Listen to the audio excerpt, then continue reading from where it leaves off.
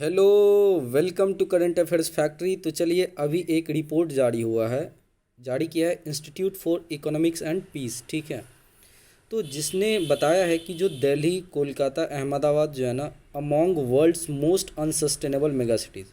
देखिए, सबसे पहले अगर मैं आपको ये बताऊं कि ये जो रिपोर्ट है ना, ये एक एक्सक्लूड रिपोर्ट नहीं है। ये जो institute for economics and peace है ना, इसके इंटीग्रेशन जो भी ये रिपोर्ट जारी करते हैं उसको इंटीग्रेट करके ये एक ओवरऑल रिपोर्ट तैयार किया गया है। जैसे आपको पता होगा चाहिए कि जो ये आपका institute for economic and peace है, ठीक है, दैट इज़ आईईपी।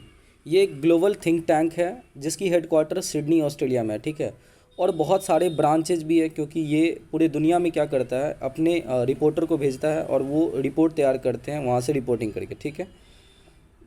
तो अगर आप देखोगे ना, तो ये इनका कोलैबोरेशन बहुत ज़्यादा और बहुत सारे जो है ना और भी अलग अलग ऑर्गेनाइजेशन है। जैसे यहाँ पे देख रहे हैं ओईसीडी है, उसके बाद हो गया आपका कॉमनवेल्थ सेक्रेटरीट, इवन यूएनडीपी के साथ भी, और ये UN peace keeping support office से भी जुड़ा हुआ है, ठीक है। जो इसके हेड हैं स्टीव क्लेशा है, ठीक है। और आप याद रखिएगा कि ये सिडनी में इसका हेडक्वार्टर है। यूजुअली लोग याद रखते हैं कि यूएसए या कहीं न्यूयॉर्क सिटी सब में होगा, लेकिन नहीं, इसका जो हेडक्वार्टर है आपका सिडनी में है, ठीक है। तो जो आईपी है ये रिपोर्ट जारी करता है ग्लोबल पीस इंडेक्स, आप देखते होंगे न्यूज़ में, ठीक है। नेशनल पीस इंडेक्स मतलब और भी डिफरेंट डिफरेंट रीजन्स के लिए, कभी कभी पार्टिकुलर कंट्री के लिए भी जो है ना ये रिपोर्ट बनाता है। ग्लोबल टेररिज्म इंडेक्स, ठीक है। तो इन्होंने इन सारे जो भी रिपोर्ट्स ये जारी करता उसको कोलैबोरेट करके कौन कंट्री या जो इंडिया आपको पता होगा कि वर्ल्ड को उन्होंने डिफरेंट डिफरेंट कैटेगराइजेशन में डिवाइड कर रखा है। जैसे south east Asia, south Asia, ठीक है, सहारा अफ्रीकन। तो इन सब के हिसाब से अगर आप देखो तो इन्होंने इंटीग्रेट करके एक रिपोर्ट तैयार किया जिसमें जो है उन्होंने दिल्ली, कोलकाता, अहमदाबाद को world's most unsustainable mega cities के बारे के लिस्ट में रखा है, ठीक है। अब मैं आपको यहाँ पे बता दूँ कि इस रिपोर्ट में जो हाईलाइट किया गया, एक तो कि 2050 तक मतलब मिड ऑफ दिस सेंचुरी आप देखोगे कि 14 न्यू मेगा सिटीज़ जो है ना वो बनने वाला है। अब ये मेगा सिटीज़ क्या है, तो इस रिपोर्ट के हिसाब से किसी पार्टिकुलर रीजन का या आप बोल सकते हो किसी शहर का पॉपुलेशन अगर 10 मिलियन से ज़्यादा हो जाए, ठीक है, तो उसको हम मेगा सिटीज़, मतलब 1 करोड़ लोग अगर एक पार्टिकुलर सिटीज़ में रहता है तो उसे मेगा सिटीज़ के नाम से जाना जाएगा इस रिपोर्ट के हिसाब से, ठीक है। अब यहाँ पे क्या है आपको कि अभी 33 टोटल मेगा सिटीज़ है और 2050 तक 14 न्यू मेगा सिटीज़ हो जाएगा, ठीक है। तो टोटल कितने सिटीज़ हो जाएंगे इस रिपोर्ट के हिसाब से 47 बाई 2050, ठीक है। तो आपको पता है कि अगर पॉपुलेशन बढ़ेगा तो बहुत सारे आप बोल सकते हो कि जो थ्रेट्स हैं, लाइक जो है फ्लड और वाटर इनसिक्योरिटी को जनरेट हो सकता है, कॉन्फ्लिक्ट और हाई क्राइम रेट्स भी बढ़ सकता है, और सबसे important climate change related disasters like flood और ड्रॉट्स जो सूखा है वो भी बढ़ सकता है, ठीक है। तो अगर आप देखोगे कि रीजन वाइज तो फास्टेस्ट ग्रोइंग सिटीज़ जो है जिसकी पॉपुलेशन सबसे ज़्यादा बढ़ रही है वो सब सहारन अफ्रीका में है। और उस पार्टिकुलर सब सहारन अफ्रीका में ऐसा इस रिपोर्ट के हिसाब से बताया गया है कि 2.1 बिलियन पीपल, मतलब लगभग 2.1 बिलियन पीपल जो है ना वो कहाँ पे रहेगा, नेक्स्ट 3 डिकेड में सब सहारन अफ्रीका में रहने लगेगा, ठीक है। और वर्ल्ड्स की 20 most at risk emerging and existing mega cities में 5 जो सिटीज़ होंगे ना मेगा सिटीज़, वो सब सहारन रीजन से आपको आएगा।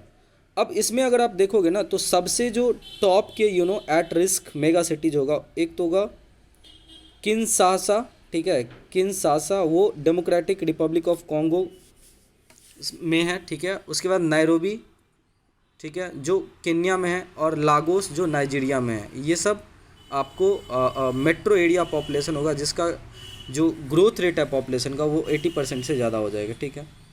अगर आप साउथ एशिया की बात करोगे जिसमें इंडिया भी आता है, तो बोला गया है कि जो पॉपुलेशन ग्रो करेगा बाई 2050 वो एटलीस्ट कम से कम 50%, मतलब मान लीजिए अगर अभी हम एजम्पशन के लिए मान लें कि दिल्ली का पॉपुलेशन है 100, तो 2050 तक जो है ना ये 150 हो जाएगा कम से कम, ऐसा माना गया साउथ एशिया के लिए, ठीक है। और at least 8 are listed by the report are being among the most unsustainable, ठीक है। तो जिसमें एक तरह से आप बोल सकते हो कि टोटल जो भी मेगा सिटीज जो है वो इंक्रीज करेगा पॉपुलेशन, उसमें कम से कम 8 ऐसे मेगा सिटीज होंगे साउथ एशिया में जो अनसस्टेनेबल होगा, मतलब रहने लायक नहीं होगा, या आप बोल सकते हो कि रह तो सकते हो लेकिन थ्रेट्स बहुत ज़्यादा होगा, फ्लडिंग आ जाएगा, ड्रॉट्स आ गए।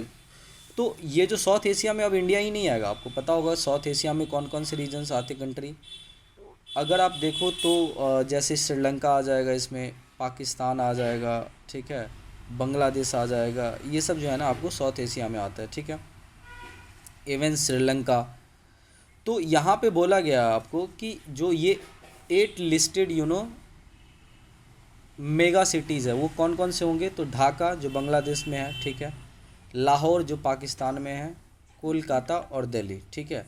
मतलब 2050 तक कोलकाता और दिल्ली एक तरह से रहने लायक नहीं हो सकता है। वो रीजंस कुछ भी हो सकता है, जैसे वाटर क्राइसिस हो सकता है, ड्रॉट हो सकता है आपको, ठीक है, फूड का इनसिक्योरिटी हो सकता है, पॉल्यूशन हो सकता है। तो as per the head of IEP वो बताते हैं कि रीज़न क्या है कि ये जितने भी कंट्रीज़ के है ना जहाँ पे ये सारे मेगा सिटीज़ है, या तो वो लो इनकम है या उसके पास लो पीस कंट्रीज़ हैं, मतलब as per the terrorism index, ठीक है।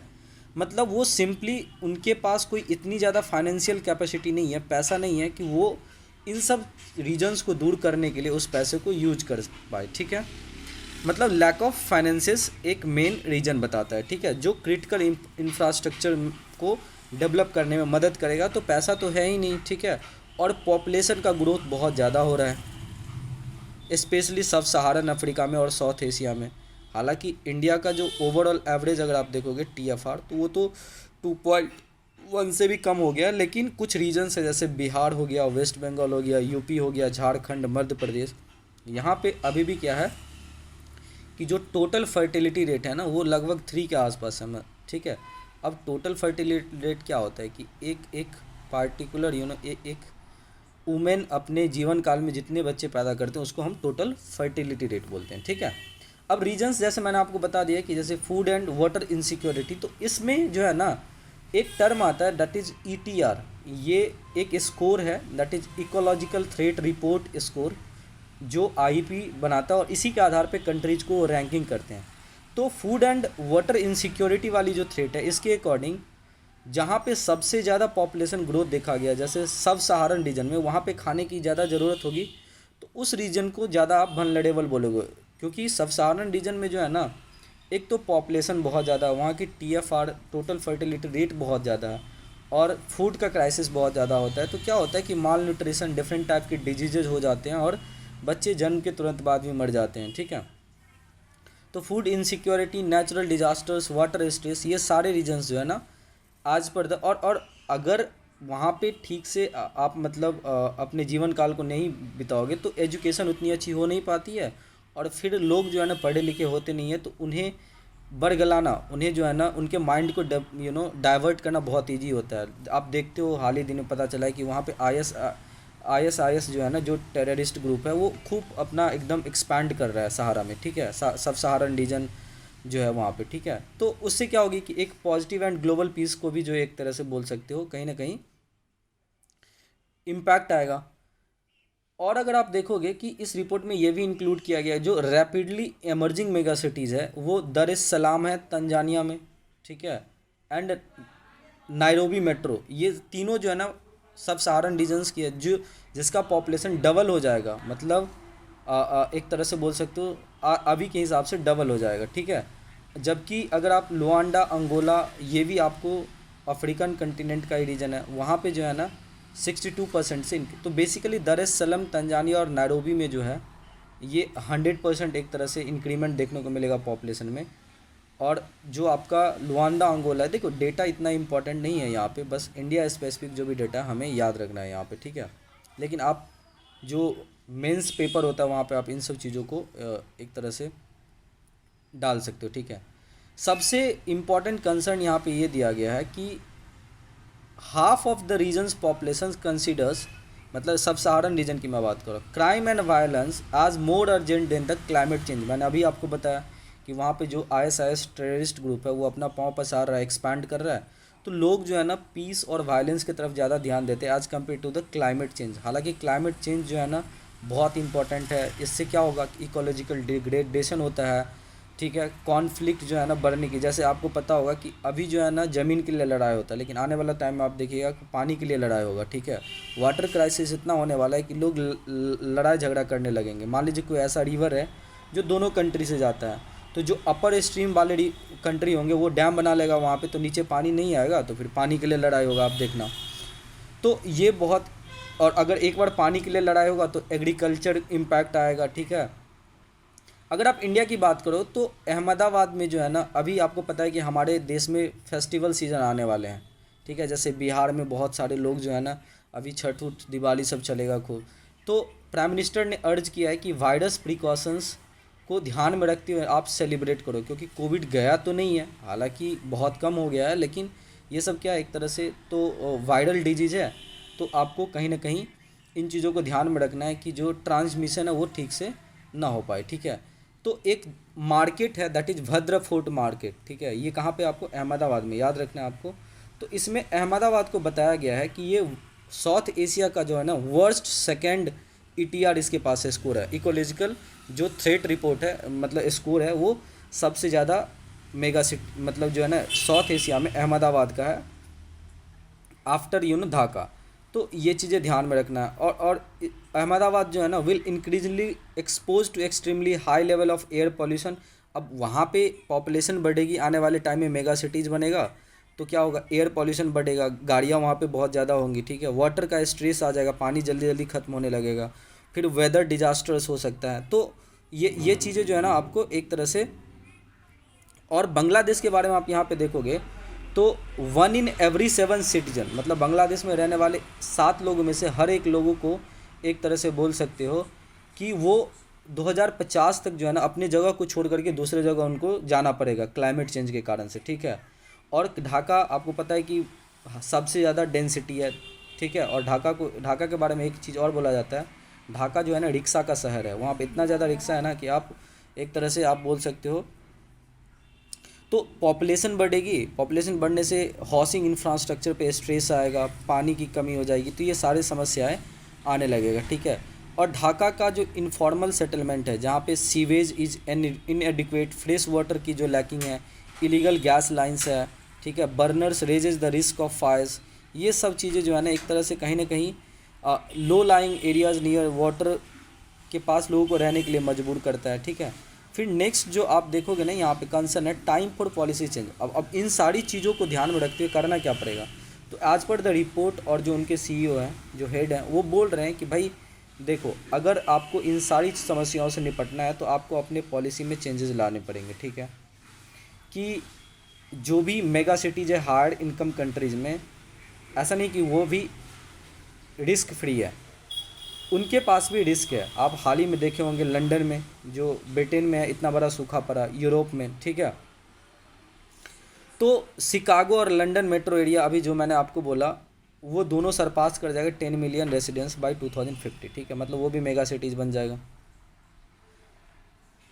इवन न्यूयॉर्क जो खुद ही मेगा सिटीज़ है, उसका पॉपुलेशन जो है ना 23 मिलियन हो जाएगा 19 मिलियन से। तो इनके पास भी जो है ना एक तरह से बोल सकते हो जो थ्रेट है वो इंक्रीज़ करेगा, और उस पार्टिकुलर रीजन पे प्रेशर आएगा, ठीक है। आपको पता होगा कि जो यूरोपियन कंट्री, वहाँ पे स्टॉर्म्स बहुत ज़्यादा आते हैं, तो इससे क्या होगा, एक तरह से आप बोल सकते हो कि आपको जो है ना कहीं अपने पॉलिसी में चेंजेस लाने पड़ेंगे, ठीक है। प्राइवेट पार्टिसिपेशन बढ़ाना पड़ेगा प्राइवेट सेक्टर का, ताकि फंडिंग में कमी ना हो, ठीक है। और आपको कोई भी डेवलपमेंटल काम करना है तो आपको प्रायोरिटी देना पड़ेगा इकोलॉजिकल एडाप्टेशन को, ठीक है, ताकि लोग और जो एनिमल्स है वो दोनों क्या हो, आराम से जी सके, ठीक है। तो रिपोर्ट के हिसाब से की सॉल्यूशन क्या है कि ही